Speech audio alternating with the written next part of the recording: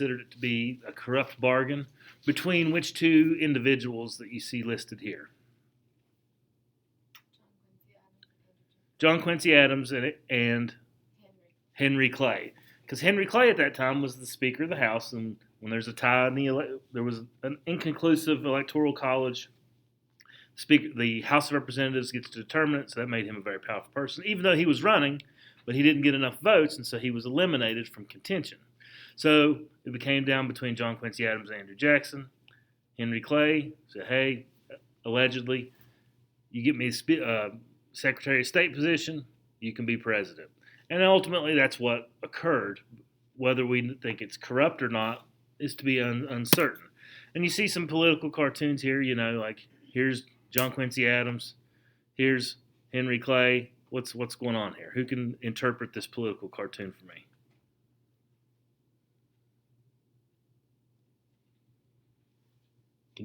It's up there. Can you guys interpret this? He's saying, thank you for helping me win, and giving him a paper that says Secretary of State as if he's given him the position of Secretary of State. Okay. I'm guessing that people watching are angry because those eyes look angry. Whose eyes do you think those are? Andrew Jackson. Andrew Jackson. Okay. And, what's this? What are these things here at the bottom? Are they wavy? What are they? Fists. What do you do with fists? Do you think this is just kind of just an extension of the fists? Like, he's angry and he's willing to do what? Fight. Okay? So that brings us to the election of 1828. And before I tell you all about it, just tell you a little bit about the 4 years in between. Okay? John Quincy Adams, obviously John Adams' son, high character individual, a good man, he's definitely like an aristocrat. He doesn't mingle well with the common man.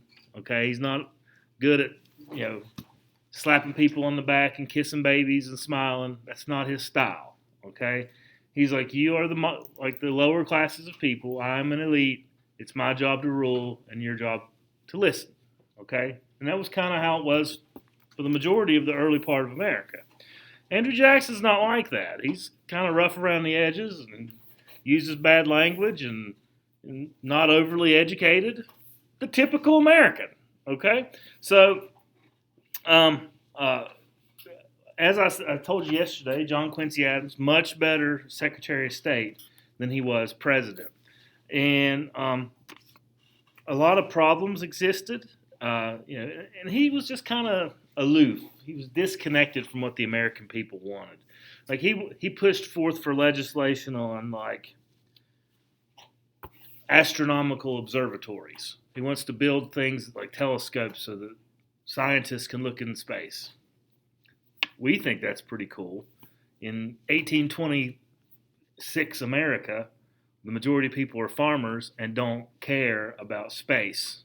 Okay, they don't care. Okay, so a lot of people saw what he was doing as almost scandalous in wasting funds.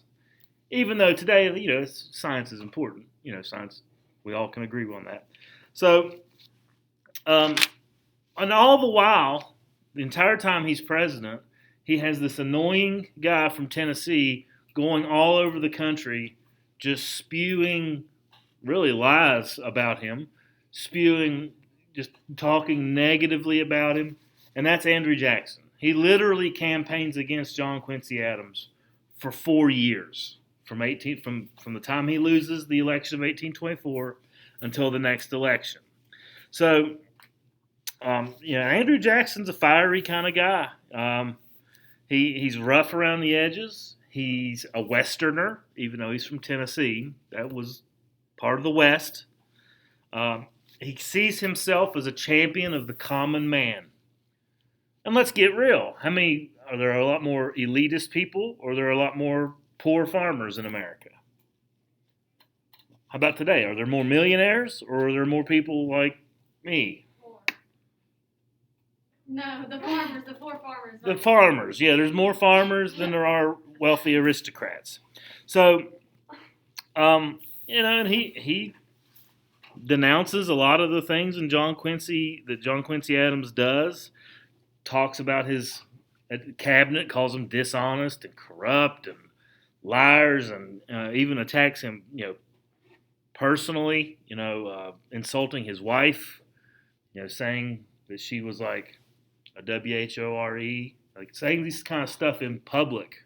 Okay, pretty rough stuff. For 4 years he does this. Okay, so and a lot of it's just outright lies or political hyperbole. Do you guys know what hyperbole is? Like, it's raining cats and dogs out there, or this is the worst class in the history of all classes. Like, you say something that's extremely exaggerated. Okay, so and it went both ways. So, like, John Quincy Adams' campaign said that Andrew Jackson's mother's profession was a prostitute. So, you're talking bad about each other's families, and it was pretty rough. But ultimately, Old Hickory, Andrew Jackson, that's his nickname, Old Hickory, he wins the election by a score, well, I guess a count, of 178 to 83. And Andrew Jackson's a new type of president. He begins a new era in American history.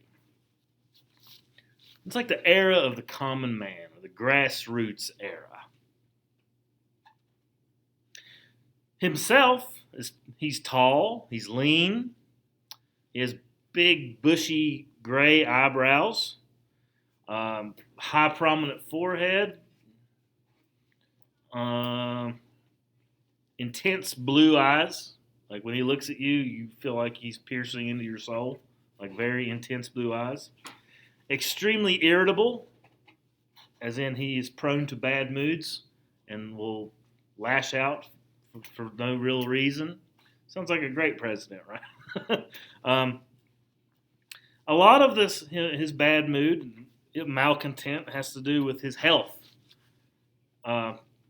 Especially during the years of his presidency and toward the end of his life, he was emaciated, like he was totally sick, like there's no fat on him, he's just skin and bones, and a lot of it has to do with medical conditions. Like, he was a soldier, and soldiers live outside for a lot of the time, and so he struggled, like he constantly, like throughout his life, he had malaria, he had dysentery, he had tuberculosis, and he also had lead poisoning.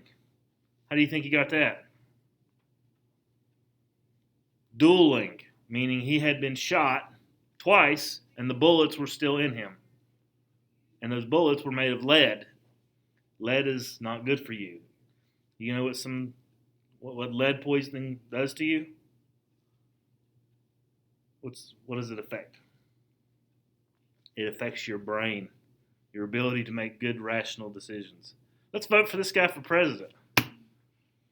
Now, I'm not saying he's a bad president. I'm just saying that these are some things that he had that, would be difficult for many people to overcome. Okay? So, and a lot of this, his attitude comes from his childhood. He was born in the Carolinas, actually, even though he's from Tennessee. Born in the Carolinas, and his parents were not like helicopter parents. In fact, they were the exact opposite. They didn't care what he did.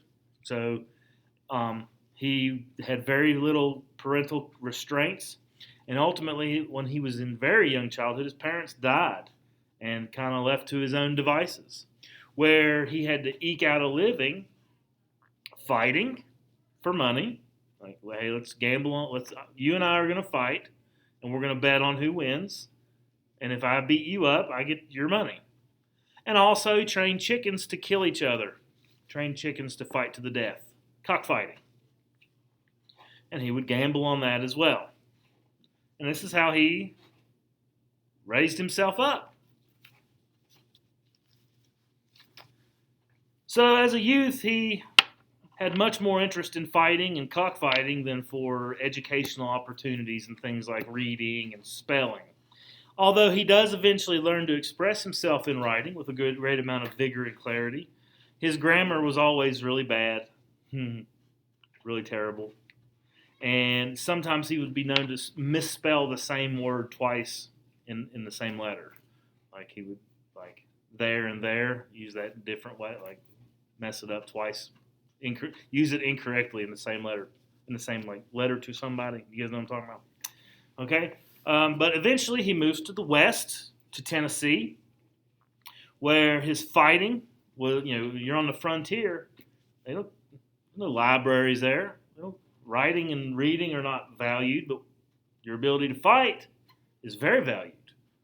And so he moved to the west, and through his just basic common sense and force of personality and his powers of leadership, he became a judge with very little legal training. He became a judge and eventually a member of Congress.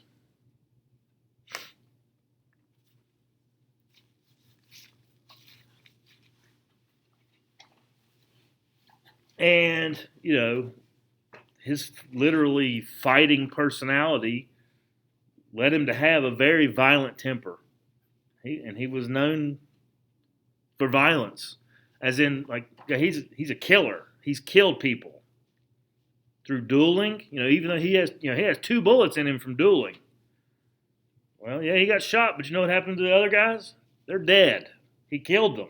Okay, so multiple stab wounds on his body from fighting.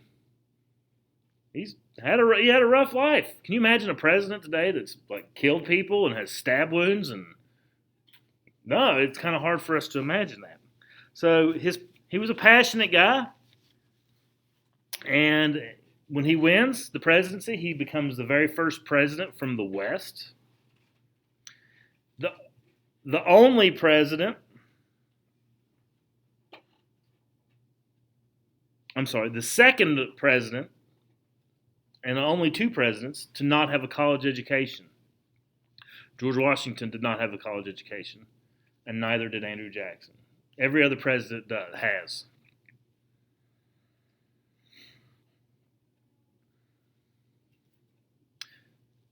But his university was adversity. School of hard knocks kind of thing. Okay? So, that's not, now, as he gets older and he's progressing himself, he's a judge, he becomes a member of Congress, war hero, he gains wealth, and he becomes an extremely wealthy man. Tennessee wealthy, still very wealthy.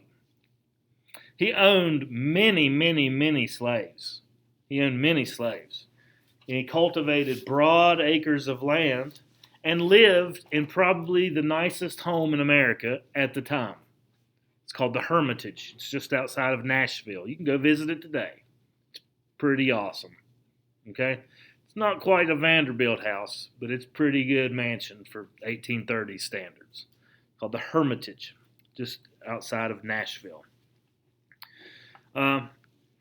So his followers were ecstatic when he earned his victory, and his followers are called Hickoryites. Hickoryites, because he's Old Hickory, so Hickoryites. And upon his inauguration, the doors of the White House were flung open, and they had a big party. Anybody could walk in and raise a glass with the new president of the United States. And when I say anybody, I mean anybody. Thousands of people coming and going in the White House in January.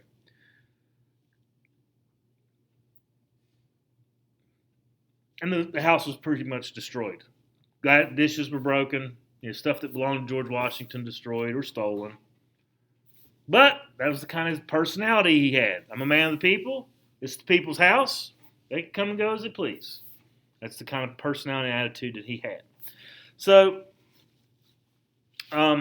this is definitely going against everything the Federalists stand for, right? Federalists, ooh, you dirty people. You're not allowed to have an opinion. In fact, you can have an opinion, but it doesn't matter. All right, Federalists think that wealthy people, educated people should have the say to rule and do what's best for the people. Okay, so but once in power, the Democrats, which is his new party, he calls it's just the Democrats now. They're not Democratic Republicans. They're not Jeffersonians. They're just Democrats. Okay. Democrats, famously suspicious of the federal government, demonstrated that they were not above striking some bargains of their own. And under Andrew Jackson, he instills what is known as the spoils system. The spoils system. That is, whenever you reward people who supported you in your campaign with public office. It's like, oh, you donated money to me, and so now you can be Postmaster General. You give them federal jobs in your administration because they are your supporters. What happens to the people that were there before?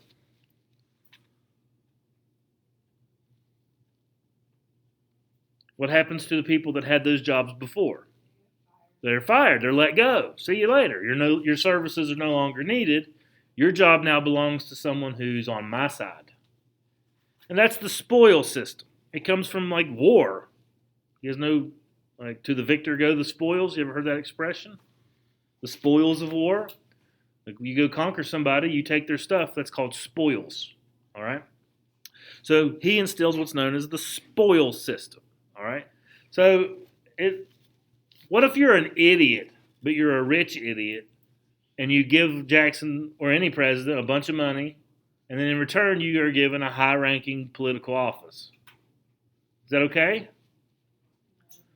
Well, it's how the spoil system works, but obviously it's not okay. Okay? So the spoil system, does it still exist to some extent today? A little bit. A little bit. And you guys have jobs? How'd you get your job, Nikki? I Just applied? Did you know anybody? my mom worked there. Mom helped you get the job? Sorta. Sorta. Do you think you would have got it without your mom? Maybe. You're pretty. Yeah. Yeah, okay. Well, when I applied for this job, other people may have been better than me. I don't know. But I went to school here, and the principal at the time was my vice principal. Think that helped? Think that maybe he showed me favoritism because of who I am? It's possible. It's possible. Now, a lot of jobs are like that. It's not what you know, it's who you know. Okay? Unfortunately. And that's kind of like a remnant of the spoil system. Now, our government has done things to try to prevent the spoil system, like civil service tests. You guys know anybody that works for the post office or anything? They have to pass a test in order to do that, and it's based on merit. We like to base our jobs based on merit. If you're smart and you have the education and you have experience, then you're more qualified. Whereas under the spoil system, it's you're my cousin or you giving me money, so I'm giving you the job. That's. Do you see the difference between a merit-based system and a spoils-based system? Okay, Andrew Jackson, and for about 50 to 60 years after Andrew Jackson, we use the spoils system. Okay, the old people are gone, new people, here we go. Okay.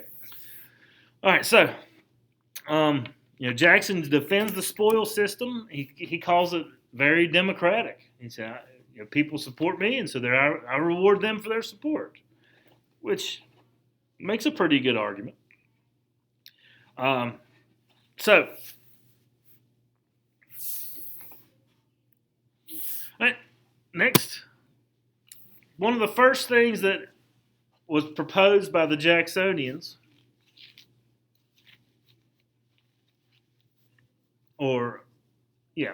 was the tariff of they call it the tariff of abominations.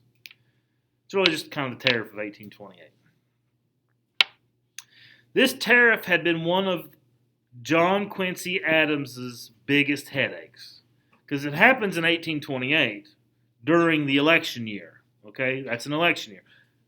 Andrew Jackson doesn't take the reins of government until 1829 in January. Okay, but this happens during John Quincy Adams' election year, and Andrew Jackson definitely could feel the pain, as it was also a big headache for John Quincy Adams as well. It's very unpopular. What is it? First off, give me a definition of a tariff. Any tariff. What is a tariff? Uh-huh. It's a specific tax. Tax on whom? A tax on other country who want to sell their stuff to us.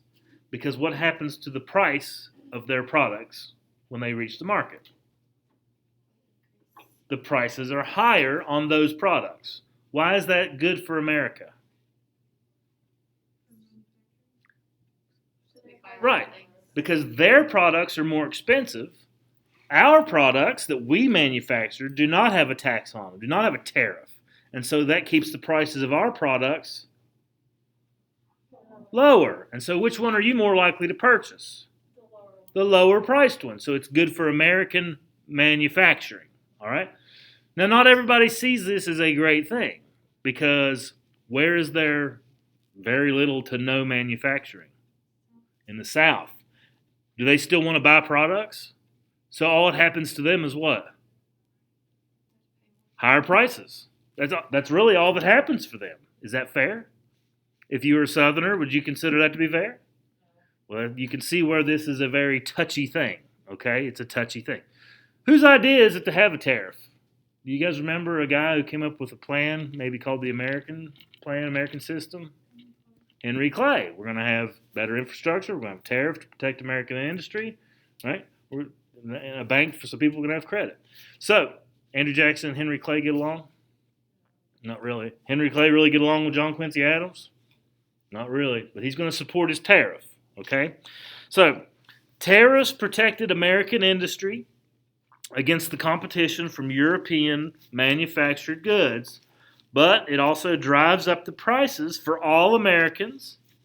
And also, do you think that Europe's going to maybe put tariffs on us? They're going to, okay? So the stuff that we are going to try to export is also going to have tariffs because they're going to retaliate against us on our American agricultural exports.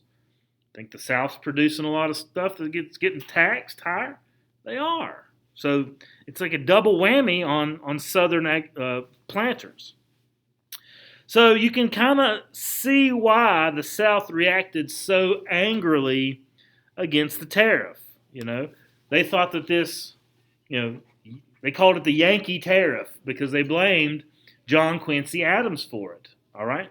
The bustling Northeast was experiencing a boom in manufacturing at the expense in the pocketbooks of Southern agriculturalists. So, yeah, the North's getting all the benefit, and the old South feels like they're getting stuck with the bill. Do you see this? Do you see how this is real? All right. All the while, we still have these deep issues, in particularly a lot of anxiety in whether or not the federal government is going to interfere with the institution of slavery. Slavery is always a present fear in the mind of Southern slaveholders.